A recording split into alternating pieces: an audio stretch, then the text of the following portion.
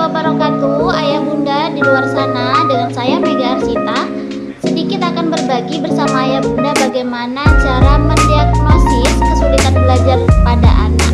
Nah, kita tahu kan bahwa kebutuhan dan kesulitan anak itu pasti bermacam-macam ketika mereka dalam proses belajar. Nah, dalam video ini saya akan berbagi kepada ayah bunda bagaimana cara kita mendiagnosis kesulitan belajar pada anak agar kita bisa menemukan cara agar anak ini bisa memahami pelajaran kita atau materi yang kita ajarkan. Oke, baik ayah bunda, sebelum kita membahas lebih jauh bagaimana cara mendiagnosis kesulitan belajar pada anak, tentu kita harus tahu dulu apa sih mendiagnostik atau mendiagnosis ini. Nah, ini merupakan suatu jenis ilmu di mana untuk menentukan jenis penyakit berdasarkan gejala-gejala yang ada. Nah, itu jika kita kaitkan di dunia medis.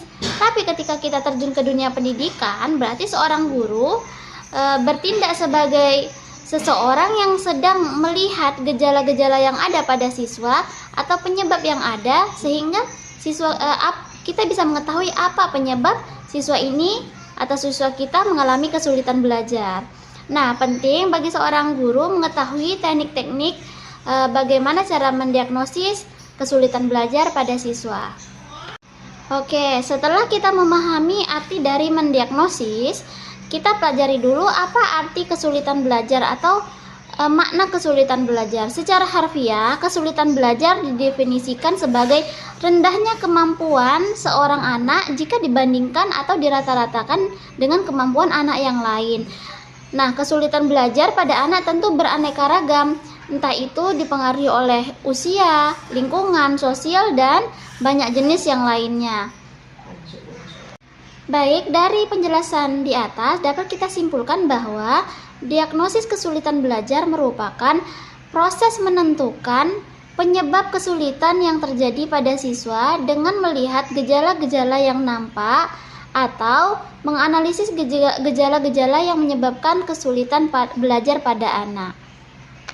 Oke, tapi kita harus tahu dulu faktor-faktor yang bisa mempengaruhi kesulitan belajar pada anak. Nah, secara garis besar, kesulitan belajar pada anak itu bisa dipengaruhi oleh dua hal. Pertama, faktor internal, kedua, faktor eksternal. Nah, ternyata faktor internalnya adalah ya bisa jadi karena anak itu dilahirkan cacat bawaan atau menderita cacat setelah kecelakaan, yang jelas ada kecacatan pada tubuhnya. Ini merupakan faktor internal yang tentu tak bisa diganggu-gugat karena ini merupakan garis takdir dari seorang anak itu.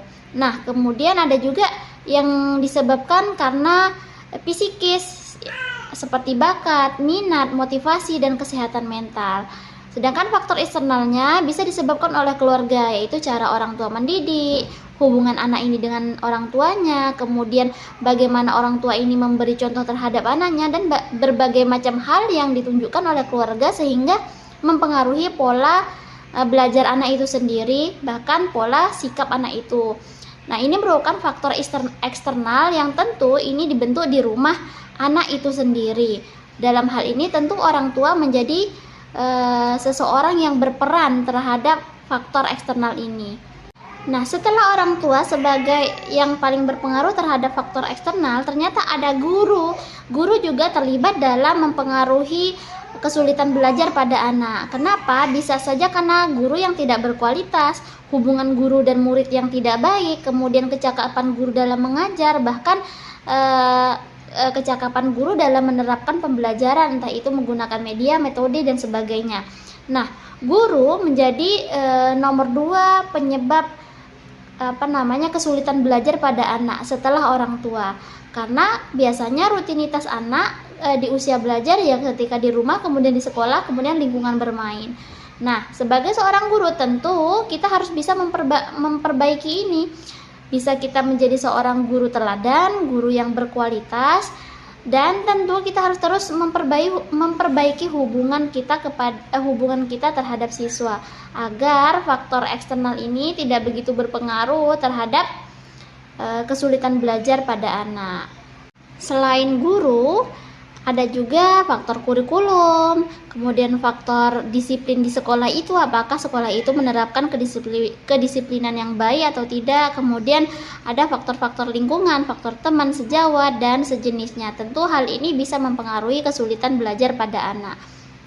Secara umum ada 3 cara mendiagnosis kesulitan belajar pada anak. Pertama, kita harus mengidentifikasikan dan melokalisasikan jenis dan sifat kesulitan belajar anak. Artinya kita kumpulkan dulu nih jenis dan sifat kesulitan belajar anak itu. Kemudian mengadakan estimasi tentang faktor-faktor penyebab kesulitan belajar.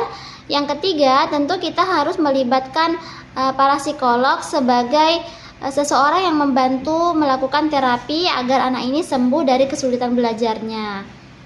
Dan jangan lupa setelah melakukan diagnosis tadi, ketiga cara umum tadi, tentu kita sebagai seorang guru terus melakukan secara kontinu dan menggali informasi apakah sudah terjadi perubahan atau tidak terhadap anak ini.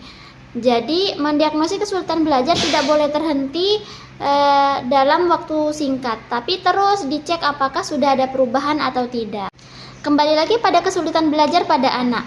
Nah, selayaknya dan seharusnya sebuah instansi pendidikan harus bekerja sama bersama psikolog.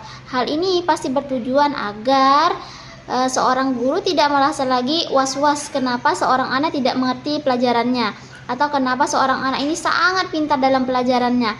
Tapi kita tinggal melaksanakan treatment yang harus kita lakukan dalam sebuah pembelajaran di sebuah kelas. Tapi kita sudah mengetahui bahwa satu anak ini mengalami gejala kesulitan belajar pada ini dan treatment adalah ini. Kita sudah memiliki datanya, dan ketika proses pembelajaran kita tidak perlu lagi memikirkan kenapa dan mengapa, karena kita sudah punya datanya, disediakan oleh sekolah yang kita dapatkan dari seorang psikolog. Seperti itu. Baik, ayah bunda di luar sana, terima kasih atas kesempatannya dan terima kasih karena sudah mau mendengar apa yang saya sampaikan. Semoga apa yang saya sampaikan bisa ayah bunda di luar sana sebagai seorang pendidik atau seorang guru bisa menerapkan ini, entah itu di rumah atau di sekolah. Yang paling terpenting adalah setiap anak memiliki hak untuk belajar dan setiap anak itu cerdas.